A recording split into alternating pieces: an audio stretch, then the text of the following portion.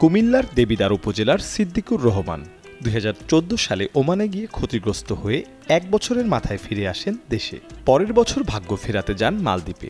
সেখানেও বেশি সুবিধা করতে না পেরে দেশে এসে ভাগ্যের চাকা ঘুরাতে শুরু করেন কৃষিকাজ। ২০০% জমিতে করলা, টমেটো, মিষ্টি কুমড়া, কাঁচামরিচ, লাউ ও আলু চাষ করেন সিদ্দিকুর রহমান। এসব জমিতে প্রায় ১২ মাসেই হয় সবজি। এসব সবজি গ্রামের চাহিদা মিটিয়ে যাচ্ছে দেশের বিভিন্ন জেলা শহরে। এতে বছরে তার প্রায় আয় ২ লক্ষ টাকা। সরজমিনে গিয়ে দেখা যায় জমি থেকে করলা, পাকা টমেটো, আলু, মিষ্টি কুমড়া সংগ্রহ করছেন সিদ্দিক, তার বাবা জুলফু মিয়া ও ভাই রনি মিয়া। তাদের ছাড়াও আশপাশের জমিতেও ফসল তুলছেন কৃষকরা।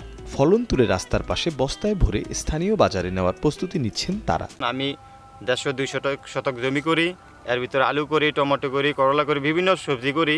তো ইনশাল্লাহ আমরা মোটামুটি যেরকম ন্যায্য দামে পাইলে আমরা মোটামুটি লাভবান হই। তো এই বছর ৬০ টাকা ৭০ টাকা করলা হয়েছি, ইনশাল্লাহ লাভবান হয়েছি। আগামীতে ইনশাল্লাহ আরও করব। এগুলা আমরা প্রথমত নিমসের পাড়ায়, দ্বিতীয়ত নিমসের থেকে ঢাকা যায়, রংপুর যায়, বিভিন্ন ক্ষেত্রে বিভিন্ন জায়গায় যায় আমাদের সবজি।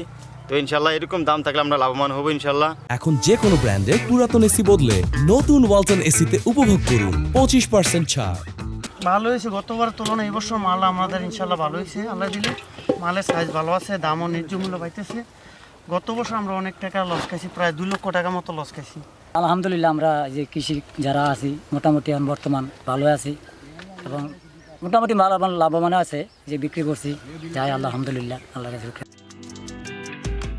কুমিল্লার এই অঞ্চলটি একটি কৃষি নির্ভর এলাকা। এ গ্রামের প্রতিটি ঘর প্রত্যক্ষ বা পরোক্ষভাবে কৃষির উপর নির্ভরশীল। এখানে প্রায় কয়েক হাজার কৃষক বিভিন্ন ফসল ফলান, যা কুমিল্লার চাহিদা মিটিয়ে কয়েকটি জেলা শহরে পৌঁছে যাচ্ছে।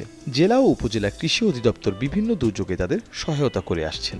মাঠ পর্যায়ে কৃষি অফিসাররা নিয়মিত তাদের সাথে যোগাযোগ রাখছেন, দিচ্ছেন বিভিন্ন পরামর্শ, করছেন সহযোগিতা। কুমিল্লা থেকে শাহিন আলমের পাঠানো তথ্যচিত্রে মির্জা সানোয়ার হোসেন, কালের কণ্ঠ।